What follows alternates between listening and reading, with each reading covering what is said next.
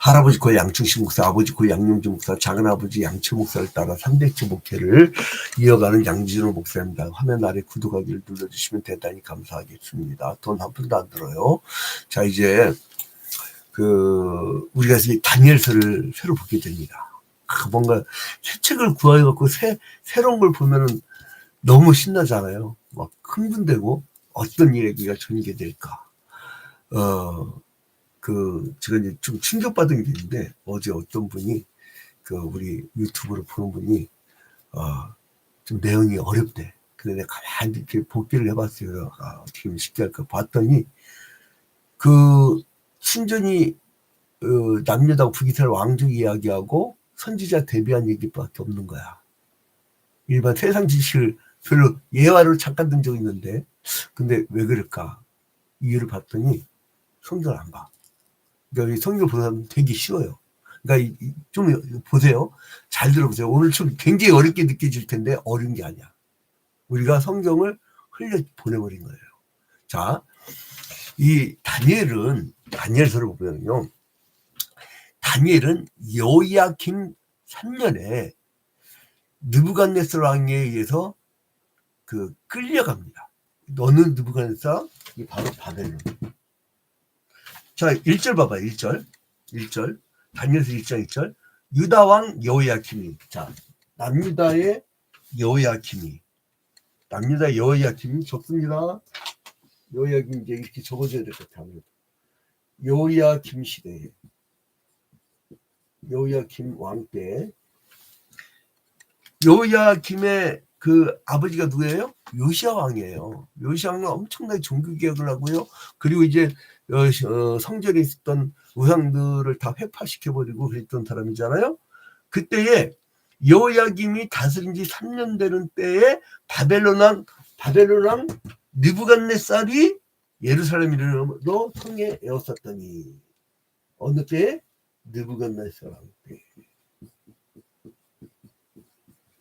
자, 이게요, 어렵게 느껴진 이유가 뭐냐면, 여러분들이 결론만, 그러니까 성경에서 그냥 원수를 사랑하라 딱 그 결론만 받아먹으려고 했던 거야. 이게 어려운 게 아니거든요. 근데 기원전 봐봐요. 이 사람 언제부터냐면, 기원전 608년부터 언제까지예요? 598년까지. 근데 그래서 이제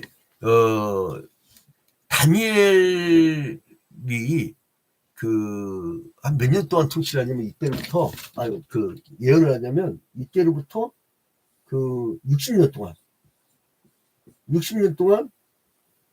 그러니까 이 사람이 지금 여호야김 때부터 활동을 하잖아요. 그러면 아수르가 멸망할 때라고. 그죠? 아수르를 거쳐요, 처음에. 그 다음에 바벨론을 거쳐요. 그 다음에 뭐예요? 메대를 거쳐요. 자, 이 정도면은 이 이사야가 몇 제국을 거칩니까? 3개의 제국을 거쳐요. 그럼 다니엘이라는 이름 뜻은 뭐냐? 하나님은 나의 재판장. 하나님은 나의 재판장. 이 뜻이에요. 자, 한번 따라합시다. 이게 같이 떠들어줘야 돼요. 하나님은 나의 재판장. 이런 뜻이에요. 하나님은 나의 재판장. 자, 여기서 보니까 기원전 이제 605년에 처음으로 바벨론의 느부갓네살이 예루살렘을 점령하게 되죠. 이때가 기원전 605년 정도. 기원전 605년에 바벨론이. 근데 이게 재밌는 게 뭐냐면요. 나중에 고고하게 해서요. 바벨론이 이 이스라엘 땅에 있었던 기록이 있어요. 그러니까 그리고 이제 그때 이 바벨론의 정책을 이해해야 되는데, 이 아수르는 정책이 뭐냐면 막 정복하면 거기에다가 막 자기들 남자들 보내가지고 혼혈 정책을 펴가지고 거기 사람들 잔열 기치고 껍데기 벗겨 죽이고 막 그러는 거예요. 아수르는 그 짓을 해가지고 포갑 정치로 상대방이 꼼짝 못하게 점령을 하는데, 바벨론은 그러지 않았어요. 바벨론은 쓸모있는 사람들 끌고 가. 그래서 이름 바꿔. 자, 이름 바꾸는 거 보세요. 자, 7절에 나와요. 7절. 1장 7절에. 자, 환관장에 그들의 이름을 고쳐. 환관장이라 할 때 그 사람들 직업에 맞게 배치를 하는데, 환관은 뭐예요? 내시. 그래서 어떤 사람들은 환관장이 교육시켰다는 건 그 다니엘이 내시가 아니었는가 이렇게 주장하는데, 아마도 왕족이었을 것 같아요. 아무튼 고급 인력이었어. 중요한 거는. 근데 여기서 보니까 그들의 이름을 고쳐서, 원래 여기에서 이름은 다니엘이었는데, 다니엘은 뭘로 고쳐요? 벨드사살로. 어렵게 느껴지는 게 아니고, 여러분 성경이 나온 거예요. 성경이 나온 거. 7절 봐봐요. 다니엘은 벨드사살이라고. 또 하나냐는 뭐예요? 하나냐는 사드락이라고 고쳐요. 사드락. 그죠? 이걸 여러분 기본 베이스를 해야 이제 이게 다니엘서 전체를 다 이제 여러분들 이해를 할 수 있습니다. 자, 그 다음에 미사엘은 메삭이라고.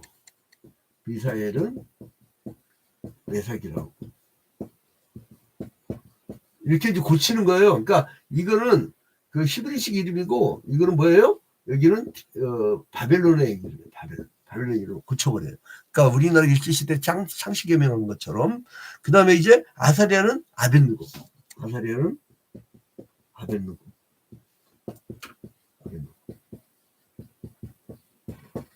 기왕 우리 오늘 다니엘서 입장하는 김에 아주 충분하게 공부를 해봅시다.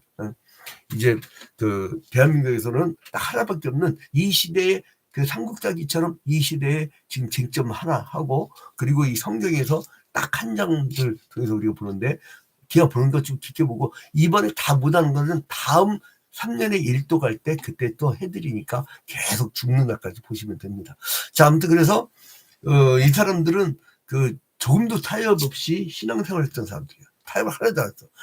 그 사제급을 해. 들어가고, 나중에 풀무발에 막 들어가기도 하고, 그렇게 괴롭혔는데도 끝까지 신앙을 지켰던 사람들이에요. 그래서 이제, 나중에는 어떻게 되느냐? 인정을 받아요. 그리고 이제, 이 바벨론 두왕, 이 느부갓네살 왕께하고, 그리고 여러분 잘 보세요. 이 벨사살 왕께도 어디까지 올라가냐, 여러분? 다니엘이 이때 총리가 돼. 총리. 대단하죠? 식민지 포로가. 그리고 이제는 뭐예요? 그러니까 국무총리 역할을 했죠. 국무총리 역할. 근데 이제 그 다음에 메대가 이제 등극했을 때 그 다리오 왕 때. 이것도 다 성경이 나온 이름이에요. 잘못 따라합시다. 느부갓네살, 벨사살, 다리오. 이때 그 세 왕에 걸쳐서 총리를 했던, 인정을 받았던 사람들이에요. 여러분 세상에 나가서 우리가 일을 하더라도요, 인정을 좀 받읍시다. 맨날 생각하면은 그거 사람들이 저거 예수 믿는 사람들이 저렇게 늦나 그런다고요. 나는 예수 믿어요 그러고요. 1시간 전에 쫓아오고. 제가 언론 선교할 때 그래서 다니엘서하고 에스겔서가 이렇게 시대가 겹치죠. 그 이유는 뭐냐면요, 이 포로를 3단계를 걸쳐서 포로를 끌려가는데 첫 번째 이 느부갓네살 왕이 포로로 끌려갈 때에 1차로 끌고 갈 때에 그때에 다니엘이 잡혀가는 거예요. 그리고 2차로 끌려갈 때에 그때 에스겔이 잡혀가는 거예요. 에스겔. 그리고 이제 3차는 완전 멸망돼 갖고 시드기야 왕이 이제 포로로 잡혀가죠. 3차. 이렇게 포로로 잡혀가요. 이 남유다가 3차 걸쳐서 포로로 잡혀가는데요. 자, 이제 첫 번째는 기원전 605년에 여호야김 왕때죠. 여호야김 왕때. 이 여호야김 왕때. 무태왕. 지 아버지가 종교개혁을 잘 했는데 지가 다 망가뜨려라. 그래서 아무튼 여호야김 왕때에 느부갓네살 왕이 그 애굽의 느고를 갈그미스 전투에서 무찔러 버려요. 그러니까 갈그미스 전투. 이거는 기본적으로 아셔야 되죠. 갈그미스 전투. 성경이 나오는 갈기미스. 이때 이제 애굽을 이 바벨론이 쳐버려요. 애굽을 쳐버려요. 자, 그리고 그때 이제 다니엘과 세 친구가 이제 포로에 포함되고 끌려가는 거예요. 애굽을 쳐버리고, 그리고 이제 끌고 가버립니다. 친애굽 정책을 했다고. 두 번째로는 기원전 597년에 여호야긴. 2차 때는 여호야긴 왕때. 1차 때는 누구 왕이에요? 여호야김. 2차 때는 여호야긴 아주 쉽죠. 아주 쉽습니다. 쉽다는 생각하면 쉬워요. 자, 아무튼 그래서 2차 때는 선지자 에스겔이 잡혀갔다. 그리고 에스겔이 잡혀갈 때 여러분 에스겔에서 그 까먹었을지 모르겠는데 몇 명이 함께 가요? 10,000명이 함께 잡혀가잖아요. 10,000명이. 기억나십니까? 자, 그 다음에 세 번째로는 마지막 멸망당하는데 기원전 586년이에요. 어느 왕이냐면은 그 시리게 왕때. 그 성지 완전히 다 파괴되고요. 완전 엉망진창이 된 거죠. 자, 그래서 이제는 이 1장에서 오늘 1장에서 얘기하는 건 뭐냐면 다니엘의 세 친구가 신앙을 지키기 위해서 그 여기에 동화 정책, 바벨론 동화 정책이 넘어가지 않았다는 거예요. 문화를 배우고 종교를 배우고 그 사람들한테 동화적 정책을 펴는 거죠. 그래서 이름을 바꾸는 거예요. 일제시대 때 창시개명을 생각하면 되고, 그러니까 일본어 배우고 일본 사상 배우고 일본 사람이 되는 거야. 그래서 여러분 일본 사람들이 만든 용어가 뭐였냐면 일제 1930년대 보면은 친일파라는 용어를 만들어내요. 그 친일파한테는 땅도 잘 풀어야죠. 우리 조선 땅의 절반 일본 놈들이 뺏었거든.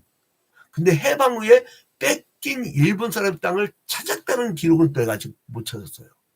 아주 희한한 나라야. 아무튼 그러니까 친일파 사람들한테 땅도 잘 주고 막 그러니까 마치 일본 사람하고 동성이 되니까 서로 친일파 되려고 노력했던 거예요. 근데 그 독립운동하는 집안은 배일파라고 해서 배일파. 죽이진 않았는데 그냥 쫄쫄 굶기는 거야. 그래 근초목피라는 게 거기 나온 거예요. 근초목피. 그걸 막 풀 뜯어먹고 하는 거예요. 자, 여러분 그래서 이제 아무튼 이 사람들이 신앙이 절개시킨 거야. 나는 저런 제국주의에 맞서갖고 나는 이렇게 우리 그 하나님의 거룩한 민족이 이렇게 넘어가지 않으려 하고 딱 자기 신앙 절개를 지킨 거예요. 우리 가문이 좀 그런 기질이 있어요. 우리 가문이. 여러분 제가 이제 폭로하는데 우리 할아버지 목사님이 김두한이 그 장충당국원에서 한실파고 막 붙어서 막 밀릴 때 김두한이 애써서 졌는데 그때에 나타난 게 뭐냐면 그때의 짱이 우리 양춘식 할아버지였어요. 우리 할아버지가 목사 되기 전에 그리고 이제 김익두 목사님이 안악산골 책에 보니까 그 전도하고 우리 할아버지가 그 개과천선된 거죠. 완전히 사람이 바뀐 거죠. 근데 아무튼간에 좀 막 그런 기질이 있어. 그래서 막 일제에 대해서 좀 이 반감도 있고 그런데 그런 거였어. 그런 성격이었어요. 그래서 이제 새 친구 풀무풀 가운데도 들어갔는데도 이 사람들은 바뀌지 않잖아요. 6장에 보면은요. 다니엘은 사자굴이 집어넣어요. 그러니까 여기 다니엘은 뭐 어디에 들어간다고요? 다니엘은 사자굴 들어가고. 자, 이 세 사람은 어디요? 풀무풀. 이게 어디 나온다고요? 이게 이 사자굴은 6장에 나오죠. 이때 봅시다. 이때 보면 참 재밌어요. 자, 그래서 이제는 1장과 3장, 6장 이거는 뭐냐면 여기에는 또 그 미래에 될 일에 대해서 이상이 또 나타나는데요. 느부갓네살랑이요 꿈을 꿔요. 꿈을. 그래서 이제 다니엘이 꾼 이상에는 네 짐승, 그 사자, 곰, 표범, 그 괴물의 모습이 나타나는데 이제 그러니까 앞으로 있을 세계 마지막 판도에 대해서 이 계시가 묵시적으로 우리에게 전달되고 있습니다. 자, 이제 그러면 1장으로 본격적으로 들어가 가지고요. 1장을 보면은요. 아까 얘기했던 여호야김 3년 때에 포로 잡혀간. 자, 여기에서 보면요. 이 포로 잡혀간 것을 여러분 그냥 역사를 보고 있잖아요. 자, 봐봐요. 여기서 성을 내었더니 그리고 이제는 3절에 보니까 왕이 환관장 아스부나스에게 말하여 아스부나스는 언제 또 볼지 모르니까 여러분 어렵다고 하지 마시고 좀 보세요. 아스부나스 한번 따라보세요. 아스부나스. 이제 3절에 보니까 왕이 환관장 아스부나스에게 말하여 이스라엘 자손 중에서 왕족과 귀족 몇 사람을 곧 흠이 없고 용모가 아름다우며 모든 지혜를 통찰하며 지식에 통달하며 학문에 익숙하여 왕궁에 설 만한 소녀를 데려오게 하였고 그들에게 갈대 사람의 학문과 언어를 가르치게 잡아가죠. 근데 이것이 그냥 이루어진 게 아니에요. 자,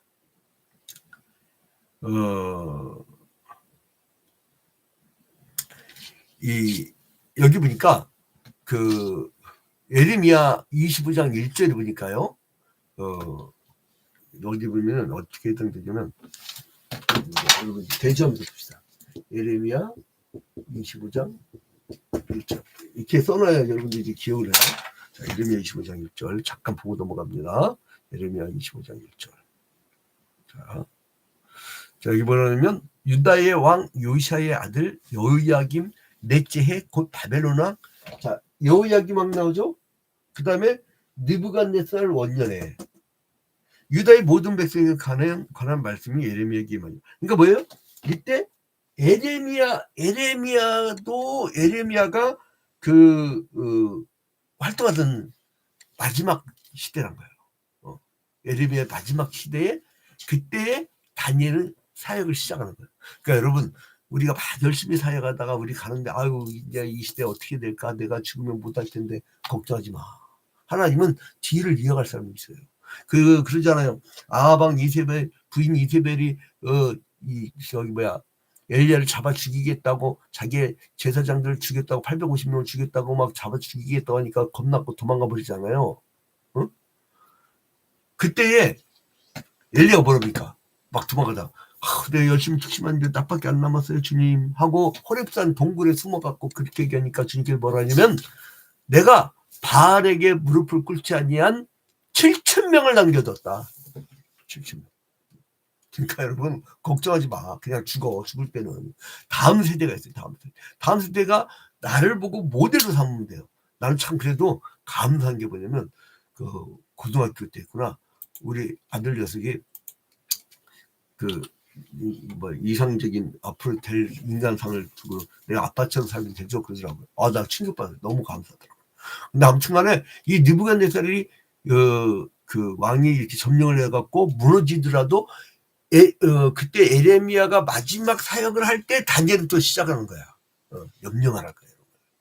그래서 이제는 이 예루살렘 함락에 대해서 예언을 하고 있었어요. 여러분 이 예언을 언제 했느냐면요. 여러분 예언을 했는데 그때 이 역대하 36장 1절 역대하 36장 6절부터 7절 누가 저보고 충청도 패턴 말고 이제는 좀 빠르게 얘기하고 빨리 하다 보니까 이게 자꾸 헛돈에 해보지 않은 것이라 내 마음대로 해야 되는데 원래 역대하 36장 6절에 보면 미리 얘기한 거예요. 미리 바벨론 왕 느부갓네살이 올라와서 그를 치고 그를 쇠사슬에 결박하여 바벨론으로 잡아가고 느부갓네살이 또 여호와의 전 기구들을 바벨론에 가져다가 바벨론에 있는 자기 신당에 두었더라. 이제 여기서 보면은 그 여호야김이 왕이 오를 때에 그때 이제 이렇게 아주 비참하게 된다는 거예요. 그러니까 예루살렘이 완전히 함락되는 것을 이때 분명히 얘기해주고 있죠. 그 다음에 이제 마지막으로 이건 찾지 않겠습니다. 열왕기하 24장 1절 왕하 24장 1절 저는 이제 가급적이면 이걸 다 해드리고 마치려고 합니다. 자 이제 그래서 이제는 아무튼 여호야김 왕 3년째다 이렇게 하면 돼요. 간단하게. 근데 이제 이 사람들이 지어 명체 뛰어나가지고 환관제를 직접 교육을 시켰는데 이 사람들에게 그들의 제사 음식을 먹게 하는 거예요. 근데 이 사람들이 제사 음식 먹으면 좀 어때? 사실 문제 없어요. 그런데도 자기의 신앙 절개 때문에 마치 단지 신채호 선생이 조선상고사 서주에 그 사람이 그랬다고 하잖아요. 그 역사는 아와타의 그 투쟁의 역사다 이렇게 한 다음에 이 사람은요 일본으로부터 독립될 때까지는 굽혀지지 않게 갖고 3살 때도 서서 세수를 했대야. 근데 아무튼 이제 바벨론이 그런 정책을 배웠고 이 사람들한테 이 제사의 음식을 먹게 했는데도 그 별거 아닌데도 이 사람들은 그걸 거절했어요. 그래서 이 사람들에게 하나님이 주신 게 뭐였어요? 지혜와 그 명철을 하나님이 선물로 주셨어요. 그러니까 여러분 신앙의 절개를 지키면요 하늘의 지혜를 깨닫게 됩니다. 그래서 이제는 옛날에는 가방끈이 다 짧았던 시대가 있었잖아요. 그때 보면은 다들 막 그냥 1960년대 권사님들 보면은 초등학교도 제대로 졸업 못한 사람들이에요. 근데 얼마나 지혜로운지 몰라요. 오늘날에 막 대통령이나 국무위원들보다 훨씬 똑똑해. 아주 지혜롭게 살았어요. 내가 그런 권사님들과 함께 사역도 했었고 그랬었는데 아주 지혜롭다. 왜냐 하늘의 지혜를 받으니까. 그러니까 하나님이 다니엘의 세 친구한테 하나님 아는 지식을 주셨을 뿐만 아니라 다니엘이 배우는 모든 지식까지 다 주신 거예요. 학습을 통해 배우는 게 있고요. 하나님이 이렇게 열어줘야 돼, 열어줘야 돼. 여러분 있잖아요. 아무리 초중고 때 공부를 못했어도요, 하나님이 어느 날 30대, 40대 돼가지고 이걸 열어줘.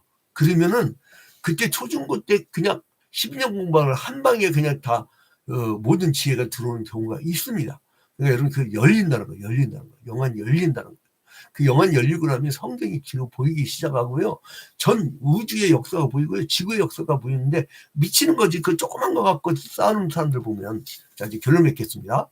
그래서 성도는 단역의 태층의 신앙의 절개를 지켜서 절개. 그리고 경각성.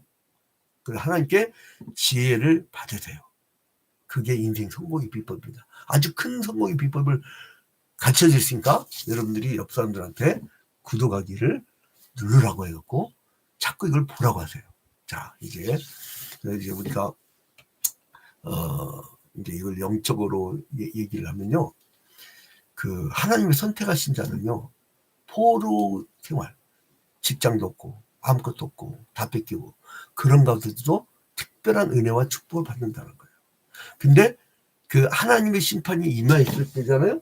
이게 앞으로 하나님 심판이 올 거잖아요. 하나님 심판이 올 때라도 구원받는 백성은 하나님의 은혜를 받는다. 그러니까 이 세상 속담으로 하늘 무너져도 솟아날 구멍이 있다고. 하늘 왜 무너지지 않아요. 그런데 솟아날 구멍이 있다고 할 정도로.